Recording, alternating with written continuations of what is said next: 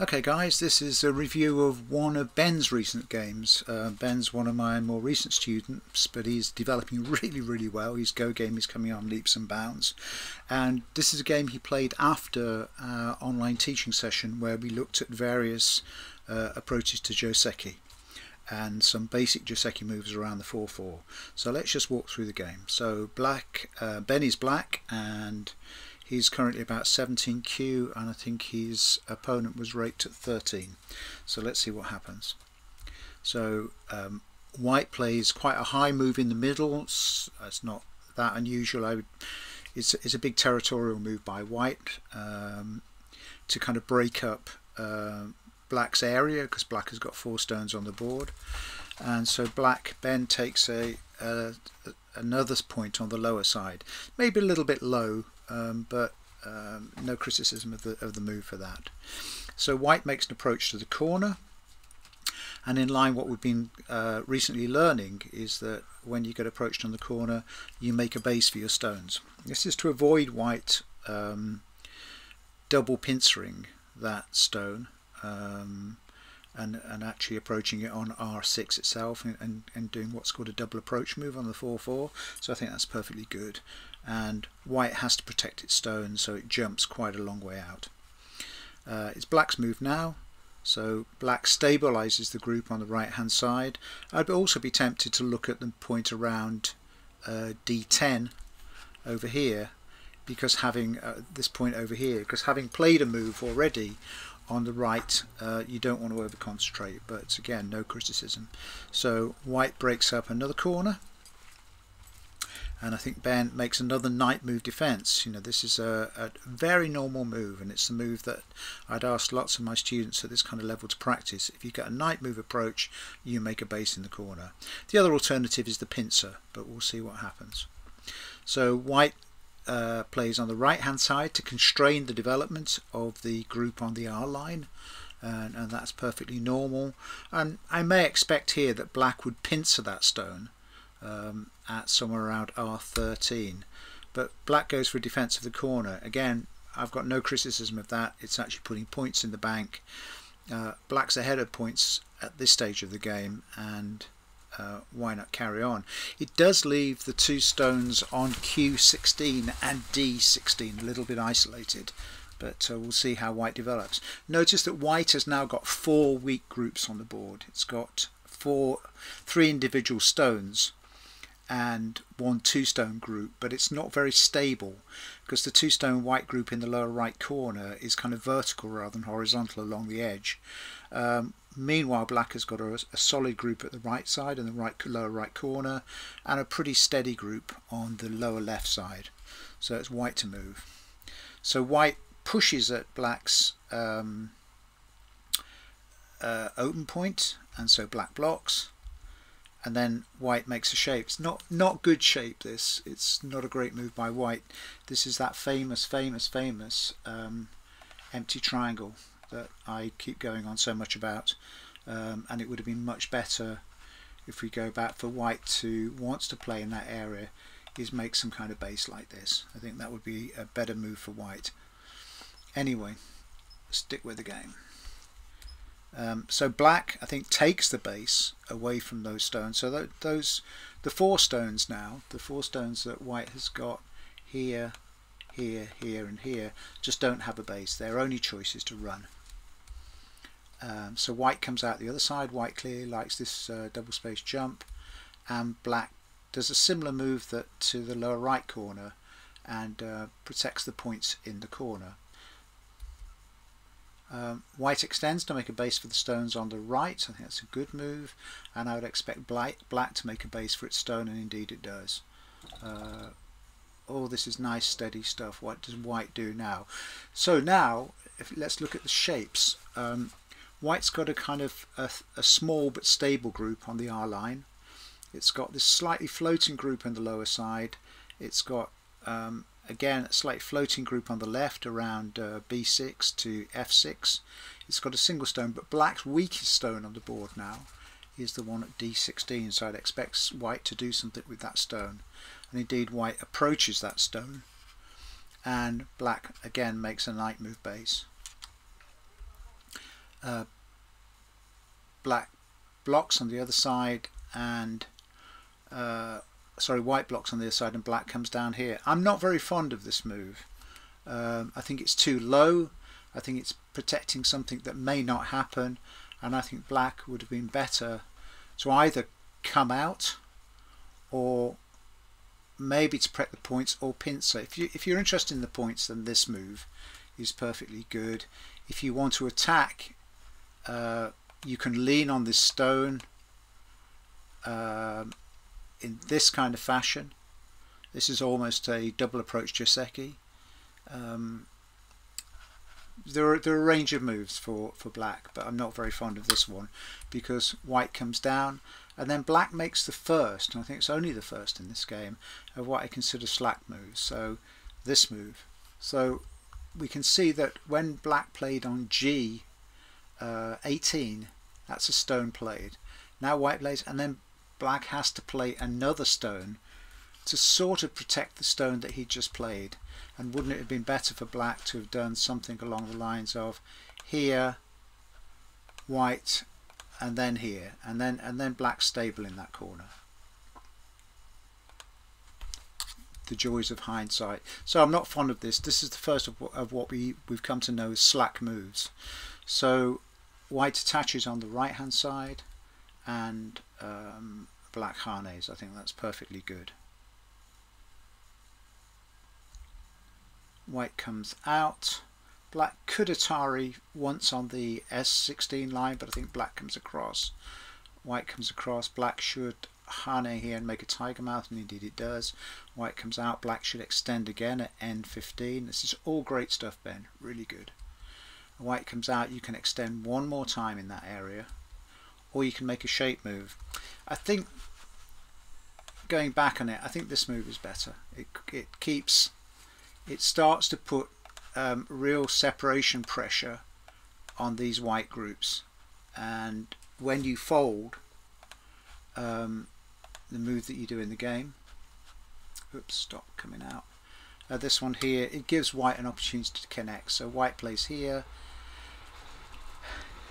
white harness, Atari's once, you take it, pushes down. That's a bad move by white. If white was going to play this, then the move for white to play now is this Atari, forcing black and then connecting here. Now white stones are all connected all the way out to here and through this tiger mouth back to here, and so white's in pretty good shape. So after descending, black simply Ataris, and white comes down, black comes down. It's a good move. You don't need to take the Atari, and white comes out. So white ends up connected, but gives black a couple of stones.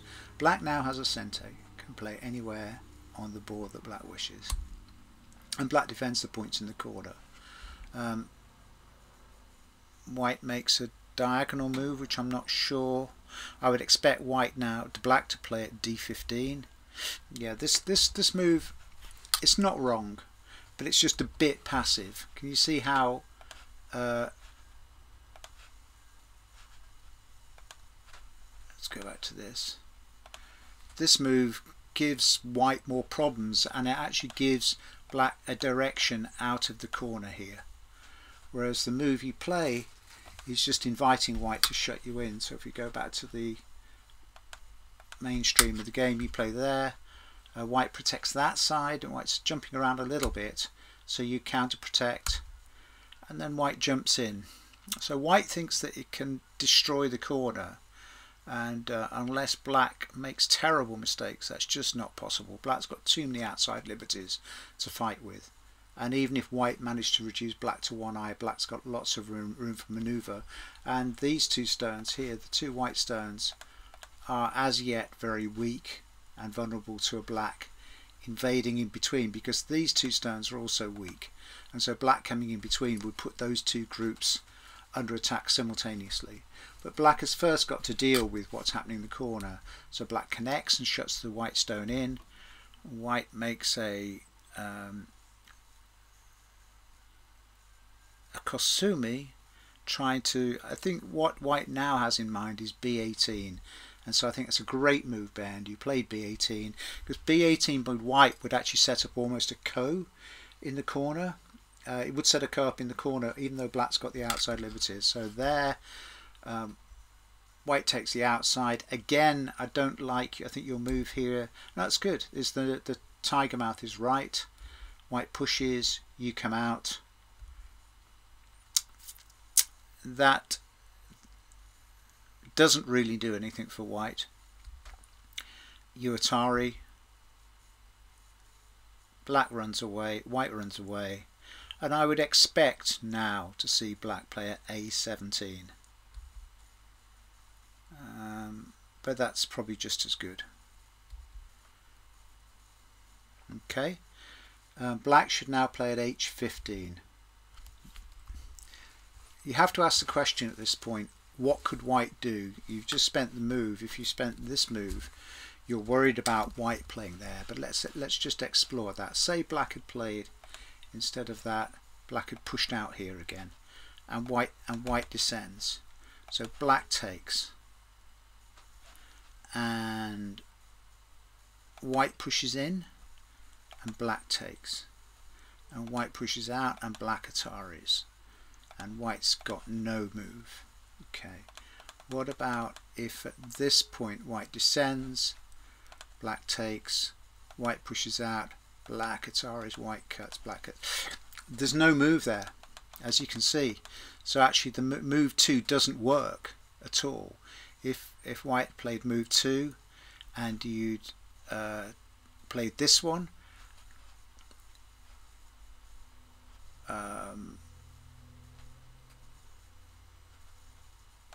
then something like this. Okay, so what happens now? What if white does this and connects the stones? Well, you Atari here, not Atari, but can white do this? I don't think so. So it's this opportunity that was missed to play the 3 stone to actually break up the left side, because you were fearful about what was going on in the corner, and with a little bit more reading, you'd have seen that. Anyway, you played that stone. White comes here. The move now, the move that's screaming at me is cut. Because the stones on F and G 15, these 2 stones, are under no threat. The corner's dead because you played this extra stone. You gave up your Sente to get that one in, so there's nothing white can do in that corner at all. And these stones are connected through a tiger mouth, so there's nothing white can do there. And so the answer is to cut.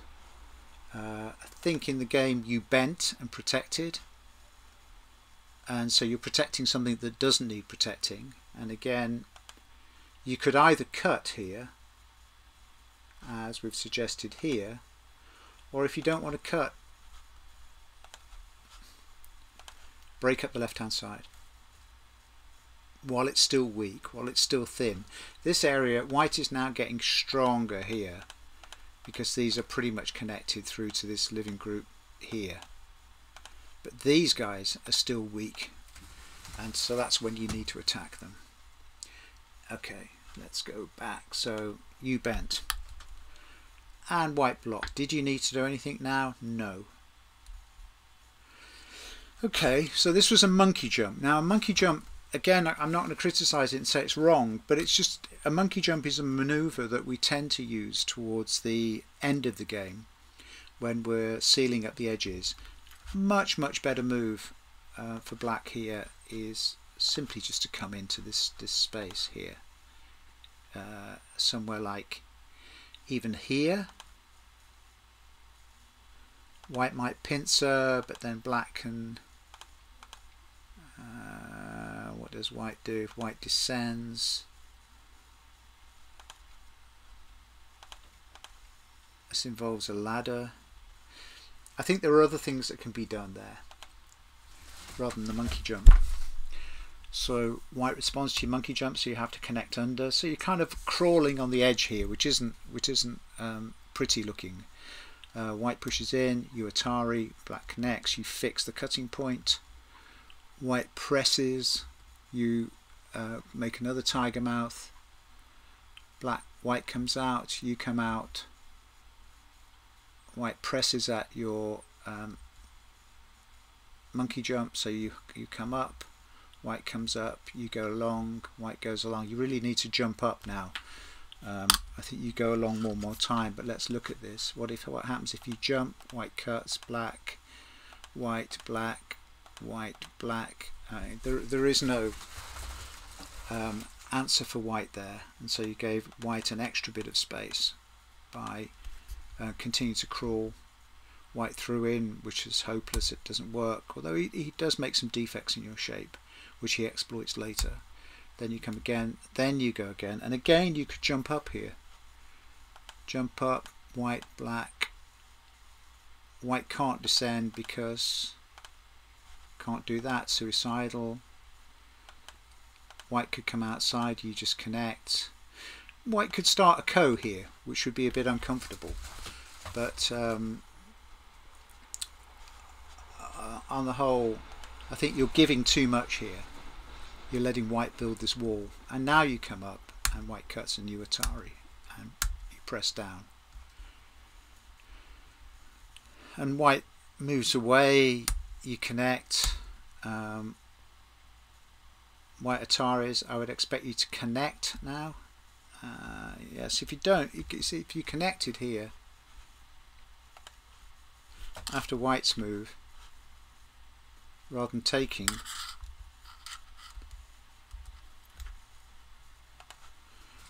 you end up with a good eye. But as it happens, by taking, which is what happened in the game, white gets to push in, and now you make a smaller eye. So your group's got two eyes there. Then white aims to cut the group, and you connect, and then white plays here. And this was the first real mistake he made in the game, because what white is aiming for is this double Atari, and by pushing out you give white the double Atari.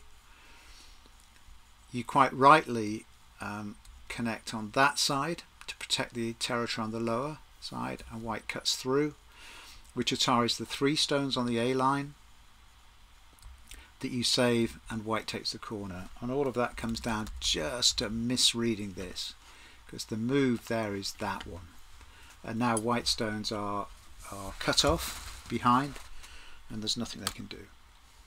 Okay, so back to the game. So this was a misread. White gets the double Atari, black connects, white kills, black sente.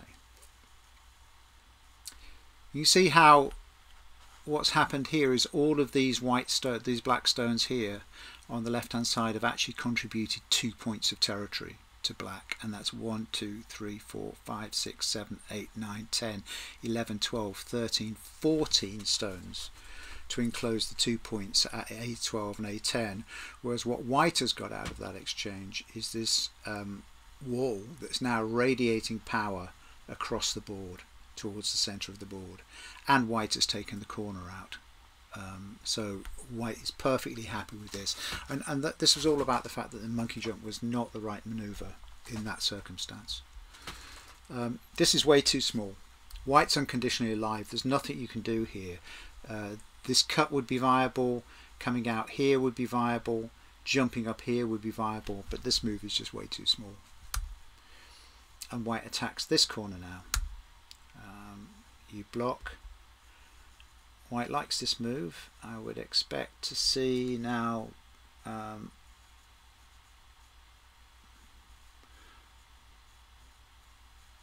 black to descend at S6.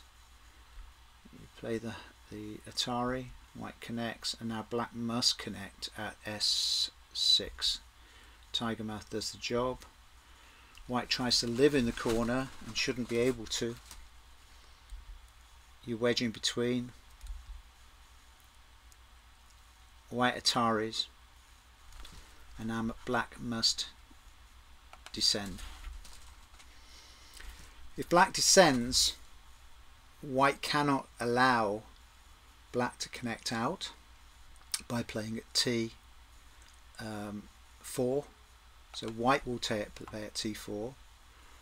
Black Ataris at this point, So white is now an Atari. So white takes and black plays here. And now white's only got one eye, so white's dead in the corner. So that was a sequence that just needed reading through. And this manoeuvre, the one manoeuvre, is not obvious to people. It's that actually when you've got a stone in Atari, why do you add another stone in Atari? Why do you give your opponent another prisoner? It's because you want to disrupt the shape and leave them with only one eye. Because now, after this move, white's now got two eyes. Because you defend there and white makes the eye. So now white's alive and has taken your corner off you. That shouldn't have happened. There was a very simple manoeuvre. White was cheeky but got away with it. But that's fine. That's what the 4-stone handicap is for. His reading is a bit better than yours, and so that's what the compensation sits for. You now need to protect the cutting point for your 4 stones. The cutting point I'm looking at is at Q6, and you do. Perfect. White wedges down, black blocks, that's fine. White shut in the corner with 1, 2, 3, 4 points. It's cost white a lot, but now you need to be able to make good use of the thickness that you have along the Q line, that solid wall, because this white group that goes all the way back to the opening of the game doesn't have a base and is now squashed up against a black wall. So we have to say this is, despite losing the corner, it's a good outcome for black. White makes a slightly vulgar move, just aiming at the cutting point, so black protects. White makes another move, and I expect black just to push out here at P7. Yeah, perfect, great move, really good Ben. Just don't. Your target are these stones. These ones, certainly that one is connected to white's wall above. These two might be vulnerable, but there's no points to be had in this area of the board. The big target for you is to actually build something in this area here. So white threatens a stone, you protect it. White Ataris, you Atari. White makes a shape move. This is the wrong direction of play. This is an unimportant sequence. The play for black now is somewhere like this, or possibly it's hard to criticise that one. What could white do? White comes down, that, there. White's rapidly dying in that area. Back to the game. So white comes out there. This is in the wrong direction, and that is as well. This is a ko that means nothing for black. It's a meaningless ko. The fight is here on this side. White seems to think he can kill black, and indeed he can reduce black to one eye. And now white sees the danger and gets out. So you've really let white off the hook by running around on that left side for an area of the game, that the board that has no points. So you come out, and white comes out to protect the points above, and you push out. I like the push outs here because they're starting to damage these. White goes back, and now the super urgent move for black is this one. The super urgent move is to get that one in play. And this is again the wrong direction of play. It's just unimportant area of the board to be playing in. You can't kill white, you can't separate white, you can't do any damage to white, so focus on the bigger areas of the board. But white answers, and you take the ko back. Just see, actually that move would also work. It will give you one eye, but plus the outside, but it's not an important area of the board. So what happens in the game? You take the ko back. White threatens to take all your stones, so now you've got one eye there, but just not important. And white defends, and actually this move is now screaming loud, please play me, please play me, please kill all of these white stones and win the game. But you go back and fix the 2 eyes. I mean, how important was that? It just wasn't. So you fix, and then white comes out and starts to build this territory. So you come out, and that's as far as you can go. Before white played the stone above the end 9 stone, you could have done a knight move all the way out, but now you're a bit constrained. So white presses in, you connect, and now again you've spent all that effort to make 2 eyes, so this whole black group here is alive. It's just alive. So this move should be here, because you've got no fears for this group, for the group on the side, having put all that work in. So I think this lets white get off the hook. White threatens, plays in the wrong direction. White really needs to be jumping here. You jump out. White threatens to cut, and the move for black here is this one, the tiger mouth, because if white cuts in, you connect. And now white is dying. And notice this black group on the side just has 2 eyes. It's not a problem. And white is dying. What happens in the game? White presses and you connect. Unimportant. And white cuts. And you should Atari that stone from below. Yes, perfect. And the stone comes out, and now you descend with that stone down to L5. Wrong direction. Because now white can sacrifice the 2 stones above and form a connection. But white doesn't do that. And you make a shape. This is now unexpected moves to me. I'm not sure where this is going to end up. But given that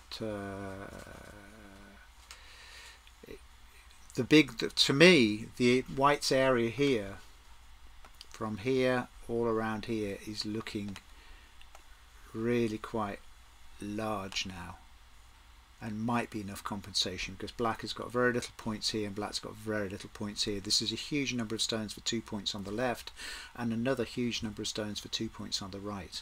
So what happens? So white makes a shape move, and black makes a shape move. And white Ataris from the wrong direction, possibly, yes, from the wrong direction, and black connects and the white stones die. White makes this move, black pushes in, white connects, black connects, white harness, black must connect, correct, so that white doesn't give an eye. Yeah, that's okay. Tiger mouth would work as well. White threatens, but this black group's alive, so black pushes in. Yeah, this is looks like white's got off the hook, because white's still got 1 eye. Can white make 2 eyes? No, white can't make 2 eyes here. That's fine. White's dead. Vital move for black now is stop the 2nd eye by playing there. Because if white plays at that point, if white plays at M5, white's got 2 eyes and is alive. And so black jumps out here and misses the vital point. And then let's go back. So what happened is black played there, white took the stone, black played there, and white made the 2 eyes. Yeah. So black has now absolutely got to get, given that this group has come alive, there's no points here, barely 2 points here. This edge is small. If white manages to connect these stones out or kill the center group, the game's over and white's won. So let's see what happens. So black connects the lower side and enables the make sure that's alive. It's a little bit belt and braces, because the target for black's attack should be this weak group here, but we'll see. White misses the vital point.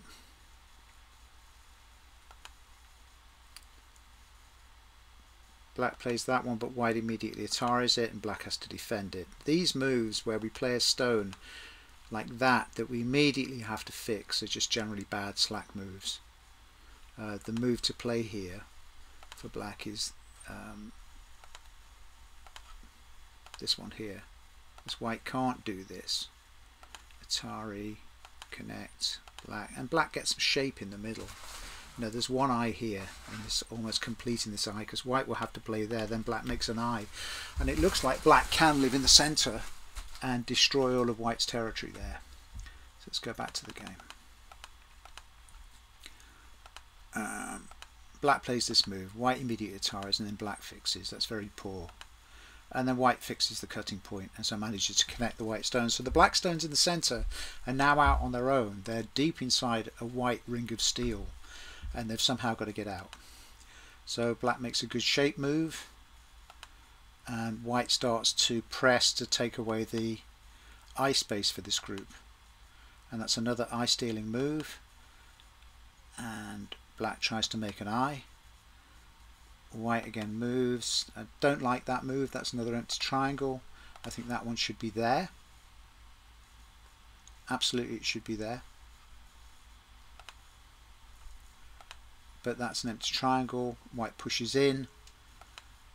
Black connects. No need to connect. Do that.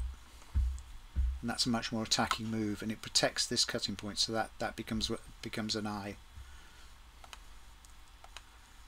But you block, so you're now short on eye space. A placement by white in here would actually mean that black has only got one eye. So what happens now? You push out, which is the move that should have happened right here instead of this one. The push out should have happened, but we get there. So white takes away the eye. Black tries to make an eye. White runs out. Black runs in.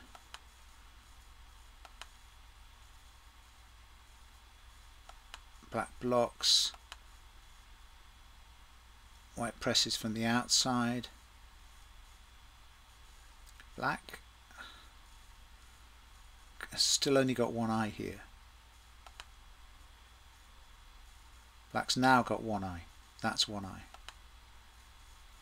And interestingly, white lets black off the hook, because that black move gives black two unconditional eyes, and black's attack would have been a success. It would have chunked up the centre.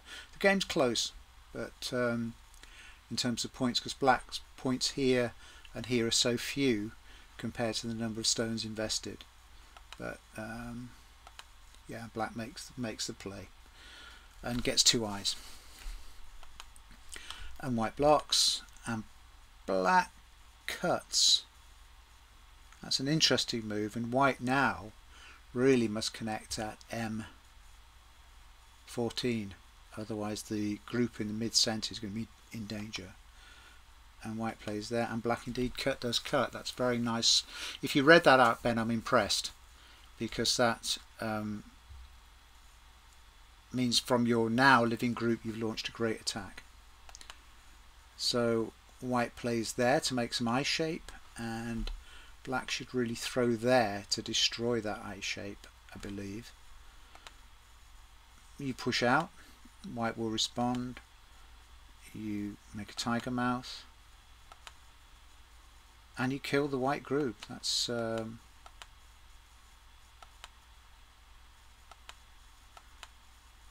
that was nicely done. Killing this white group here. Let's just go back and look at that again. So you push out, you get that. Actually, what white should have done is simply connect like this. Can you then throw in? No. White could have connected those, but white's a little bit clumsy here. Let's go back to the game.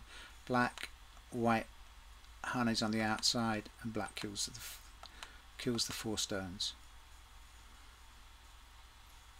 White Ataris the black stone, and black connects. And white presses in there, connects. And now black starts to go to work on the group at the top. So can white make two eyes. So white's now got one eye. It's definitely got one eye here. And but he's going to struggle for a second eye. It's going to really struggle for a second eye. Black turns, white blocks. Beautiful. Look at that. The eye stealing Tetsuji, the Nakade, the shape, that means that white has now only got one eye and white's dead. White Hanes, black blocks. white hanes again, black Ataris, white hanes, black blocks, white wedges in, black takes. I think this is over. I think black has destroyed the top centre and this is a resigned game. Looks like we're doing some final endgame moves. Descending there, descending there.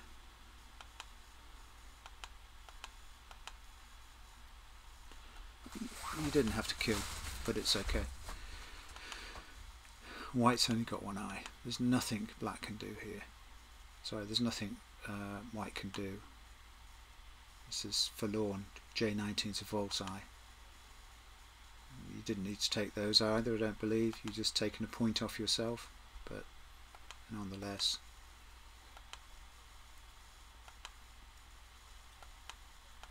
And that looks like we're at the end of the game. That must be the point at which white resigns. Well, I think that was great. I think it was a great fight. I think you played really nicely in the centre here to get this living group, and you came back and took this white group here. I think the loose play was letting this white group live, because that could have forced a resign a lot earlier. And there was a sequence in the lower right corner which could have easily enabled you to live. So you missed a few things, and generally these moves as they were too low, and you were forced to grovel along the second line and exchange a lot of stones, 10, 12, 13 stones for a couple of points of territory, and that's just not efficient. Go is all about efficiency. How many points do you get for each stone, and that's just not good enough. But actually, when you manage to cut white here and here and set up that attack that killed the middle centre for white and won you the game, that was very nice play. So overall, great game, Ben. 2-stone handicap, 4-stone handicap in that. I think you come in on really nicely, really nicely. So keep playing Go. Okay guys, thanks for that. I hope you enjoyed that review. If you liked it, please give me a thumbs up, give me a like on YouTube, and if you like the way I teach, if you like the way I explain the game, then please subscribe. Okay guys, that'll do for now. Thanks a lot and see you again. Bye for now.